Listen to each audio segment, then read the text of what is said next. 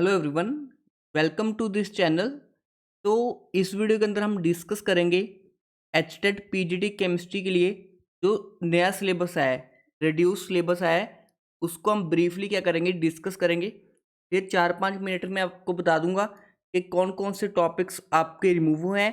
उसके अलावा ये कौन कौन से टॉपिक्स के ऊपर आपने स्पेशल फोकस करना है। तो देखो हमारे पास जो कुछ टॉपिक्स हैं, आप सभी को पता है एनसीईआरटी स्टूडेंट्स के ऊपर से बर्डन को कम करने के लिए जो हर एक लेवल पे सिलेबस को रिड्यूस किया जा रहा है, तो उसी के अकॉर्डिंग एचटेट ने भी अपना नया सिलेबस दिया है। नया सिलेबस आपको अपनी स्क्रीन के ऊपर दिख रहा होगा। तो यहाँ पे जो मुझे दिख रहे हैं टॉपिक्स जो रिमूव किए गए हैं, एक तो सॉलिड स्टेट को रिमूव कर दिया गया है, उसके अलावा गैसीय स्टेट को। देखो गैसीय स्टेट तो इनडायरेक्टली हमारा थर्मोडाइनमिक्स में यूज़ होगा। एक गैसीय स्टेट वाला पार्ट तो इनडायरेक्टली हमें थर्मोडाइनमिक्स के अंदर यूज़ होगा, जैसे बॉयल्स लॉ हो गए, डाल्टन्स लॉ हो गए, ये वो सब यूज़ होते हैं, तो पढ़ना तो आपको पड़ेगा। हाँ, गैसीय स्टेट से आप जो रियल गैस वाला पार्ट होता है जिसमें हम रियल गैस को स्टडी करते हैं, वो वाला पार्ट आप छोड़ सकते हो। उसके अलावा एस ब्लॉक को रिमूव कर दिया गया है जो रटने वाले टॉपिक से। हाइड्रोजन को रिमूव कर दिया गया है। मेटलर्जी को, मेटलर्जी पहले एचटेट का फेवरेट टॉपिक होता था, बट अब सिलेबस ही नहीं है। केमिस्ट्री इन एवरीडे लाइफ को रिमूव कर दिया गया है। इन्वायरमेंटल केमिस्ट्री को रिमूव कर दिया गया है। केमिस्ट्री इन एवरीडे लाइफ से भी 2 क्वेश्चन आते थे एचटेट में। इन्वायरमेंटल से भी 2 क्वेश्चन आते थे। पॉलीमर से भी 2 क्वेश्चन आते थे। तो जो अच्छे इजी टॉपिक से उनको रिमूव कर दिया गया है। जैसे एनसीईआरटी ने रिमूव किया, वैसे ही एचटेट वालों ने भी क्या कर दिया है, रिमूव कर दिया है। अब कुछ स्टूडेंट्स के मन में डाउट होगा, क्या ये टॉपिक्स हमें पढ़ने चाहिए या नहीं।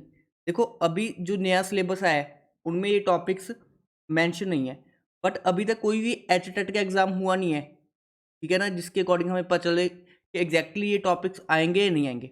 तो आपने क्या फोकस करना है, जो पहले आपको टॉपिक सिलेबस में दिए हैं, जो टॉपिक्स आपको सिलेबस में दिए हैं, इनके ऊपर तो पूरा फोकस करना है। ठीक है, इनके ऊपर तो आपने पूरा फोकस करना है, ठीक है, कंप्लीट करनी है। इनमें से कोई भी टॉपिक आपको स्किप नहीं करना। बट जो ये वाले टॉपिक्स हैं, एटलीस्ट इनके बेसिक्स तो देख के जाना आप, ठीक है ना। अगर क्वेश्चन आता है तो आप कर सको, ठीक है ना, तो बेसिक्स तो करके जाना मैं डेफिनेटली रेकमेंड करूंगा। बिकॉज अभी तक पेपर नहीं हुआ, हमें नहीं पता कि ये टॉपिक्स आएंगे या नहीं आएंगे, बट सिलेबस में मेंशन नहीं है। बट देखो बाकी टीचर्स बोलेंगे कि ये टॉपिक्स आपको बिल्कुल छोड़ के चले जाएंगे, बट मैं बोलूँगा आपको एटलीस्ट इनके प्रीवियस ईयर क्वेश्चंस, ये जो इन टॉपिक्स हैं, एटलीस्ट पी वाई क्यूज तो आप कर दो, ये पी वाई क्यूज तो कर दो, और ब्रीफली इनको रिवाइज करके जाओ, ठीक है ना। ब्रीफली करके जाओ, ज़्यादा डिटेल में नहीं। पहले आपने ये वाले टॉपिक्स कंप्लीट करने हैं, उसके बाद ये वाले टॉपिक्स को क्या करना है, आपने टच करना है, ठीक है ना। बिकॉज सिलेबस में डायरेक्टली मेंशन नहीं है। अगर हम छोड़ के चले जाएंगे तब भी रिस्क है, ठीक है ना, रिस्क है अगर हम ये टॉपिक्स को छोड़ के जाएंगे अगर क्वेश्चन आता है।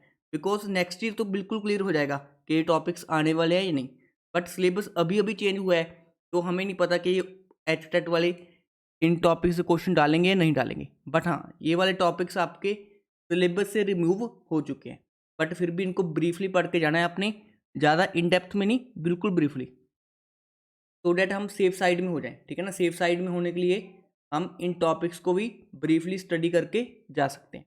उसके अलावा जो कुछ ग्रेजुएशन के टॉपिक्स थे, ये ग्रेजुएशन के टॉपिक्स थे, ये ग्रेजुएशन में क्या आते हैं, स्पेक्ट्रोस्कोपी, ये स्पेक्ट्रोस्कोपी, ठीक है। स्पेक्ट्रोस्कोपी में हमारी मेनली 3 से आते थे, यूवी, आईआर और एनएमआर से।